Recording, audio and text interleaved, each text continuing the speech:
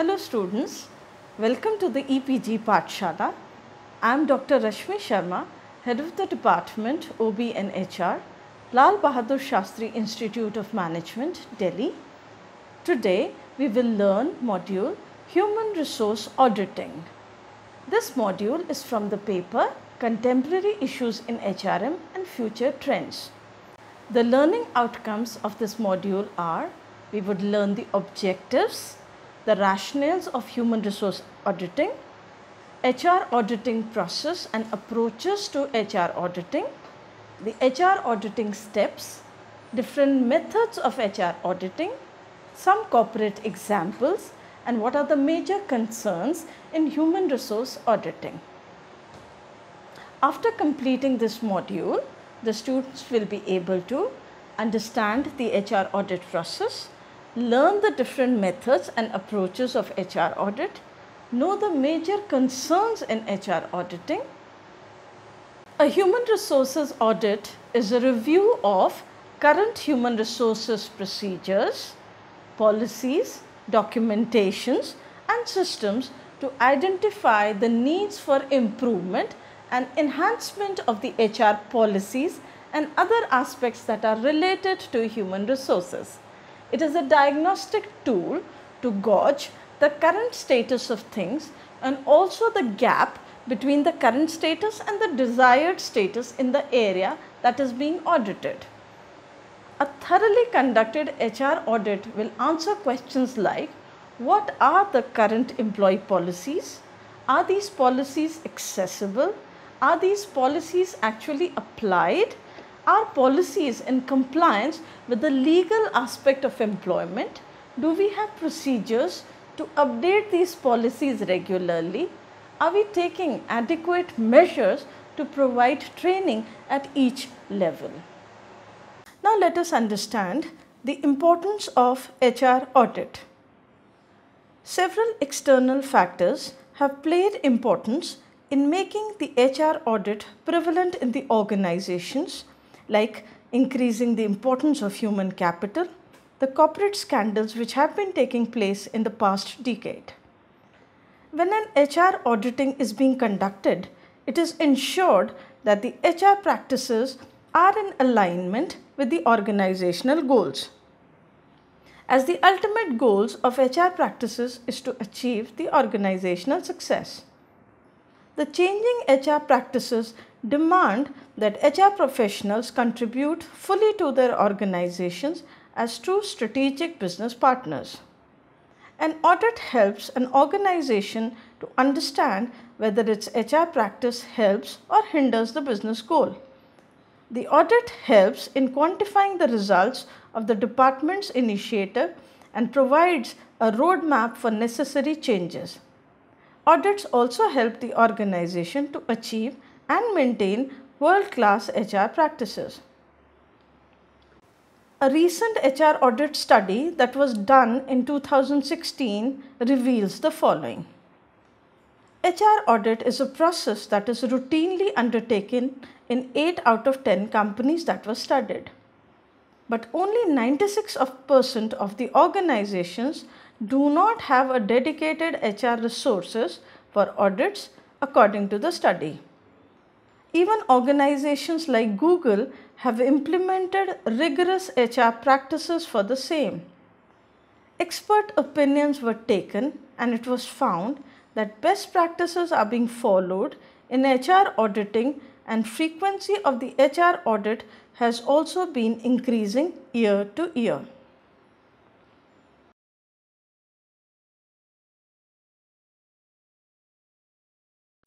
Let's understand what are the objectives and rationale behind HR auditing. HR auditing helps in reviewing all aspects of human resource management, which will help to evaluate and bring improvement. It helps to find reasons for success and failure of policies and procedures. It helps in evaluating the performances of employees and finding reasons of low productivity and improving the strategies. Let's quickly recap what Kurt Levin's change model is. Kurt Levin's change model has three aspects: unfreezing, movement, and refreezing. Unfreezing refers to bringing the change in the current system. It brings in resistance. People do not want to change. Movement refers to the changes that are to be implemented, and people should understand the same. This is also considered as a tough stage. Refreezing refers to the step which includes reinforcing the new procedures and ensuring that employees do not revert back to the old norms. Let's understand the benefits of human resource audit. The human resource audit helps in identifying the gaps between the current working and standard working of the HR department, thereby streamlining the processes. It inculcates a greater sense of responsibility among the HR professionals as they feel motivated to give better results during the audit. It gives clarity on HR duties and responsibilities by highlighting the areas of improvement and suggesting efficient methods. It helps in cost reduction by implementation of better procedures, bringing improvement in employee productivity, and adapting measures to fill the performance gaps. The Human Resource Information System, which has become an integral part of human resource system, is also evaluated during HR audit, and the suggested changes are given so that to make it much more efficient and employee friendly. If we talk about the frequency of HR audit, that is how many times auditing should be done in the organization, we can say that it should be done once a year to ensure a thorough updating of HR policies and procedures. There are some companies that follow the HR audit practices every month. Let's now understand how the audit process works. In the audit process, we need the pre-audit information, which is a complete review of the company's policies, manuals, and procedures followed. The on-site review, that is, which gives the relevant information from the employees. Record review helps in reviewing the current HR records, and the audit report helps in the compilation of report.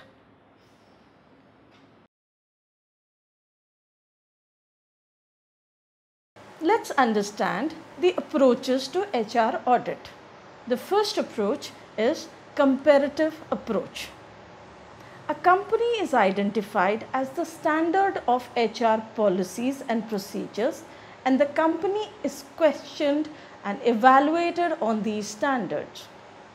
Second type, outside authority approach. An outside authority or company is approached and a benchmark is set by the company to compare its own results. Also, a standard for audit is set by the consultant, who is an external agency. Next type is statistical approach. The statistical information maintained by the company in respect of absenteeism, employee turnover, etc. is used as a measure for evaluating the performance. The fourth type is compliance approach. A company's policy and procedures are thoroughly checked for the legal aspects if they follow the legal compliances. Fifth type is the famous management by objective approach. Under the MBO approach, as the name is, there are specific targets that are fixed. The performance is measured against these targets. The auditors conduct the survey of actual performance and compares it with the goals that are set. Now let us understand what are the steps that are to be involved when you do HR auditing. First is determine the scope. If the HR audit is being conducted for the first time, it is always recommended to review all the policies and procedures. Second step, develop a plan. In this step, the audit team measures the method that are required to be followed and other activities that are related to analysis of data that are decided.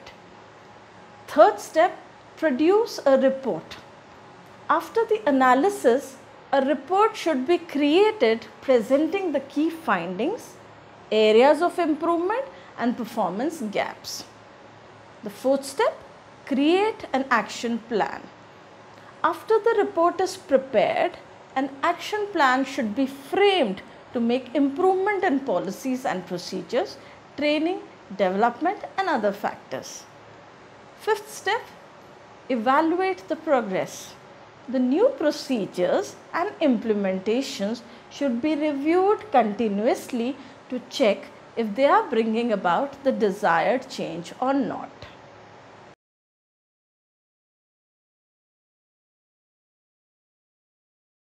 Let us understand what are the different methods of HR audit. There are three methods that we are going to discuss in this slide. Individual interview method, group interview method and workshop method. Individual interview method refers to when the top management is asked questions about the HR policies and procedures in the company. Group interview method involves the top management and senior HR professionals interviews that would help in gauging relevant information for the audit. The workshop method, as the name suggests, involves conducting a workshop to know more about the HR system in an interactive manner, and it also helps to incorporate or suggest changes. The questionnaire method is another method that can be used during the HR auditing. Questionnaire is distributed to employees to know what is their perception about the HR system and gain understanding if the procedures and rules that are being followed by the company are fair and just. Observation helps in understanding the day-to-day working of rules and regulations and also the fact whether they are being followed. Let us understand some examples which are being followed in some organizations for HR auditing. We all know BHEL. It is a PSU that follows the HR audit process very thoroughly. Even though it is a huge organization as has various subsystems like manpower planning, recruitment, potential appraisals, training and development and job rotations and transfers. It has still adopted HR auditing for all its subsystems. In this slide, you can see a template form which is being used by organizations to do an audit. Now we will learn what are the major concerns in HR auditing. HR recruitment audit refers to a company following an unbiased approach towards recruitment and is not discriminating on the basis of age, gender, marital status, political beliefs, etc. So when we do an HR recruitment, we need to ask such questions. Does the employee or the company have appropriate medical testing for the candidates? If yes, is it legally acceptable? Does the company perform required assessment and tests during recruitment? If yes, are they valid and unbiased against any individual? During the start of employment, has the employee been provided proper terms of employment in written form like the name of the employee, designation, date, pay rate, leaves available, etc. The next type of auditing can be pertaining to employee discipline audit.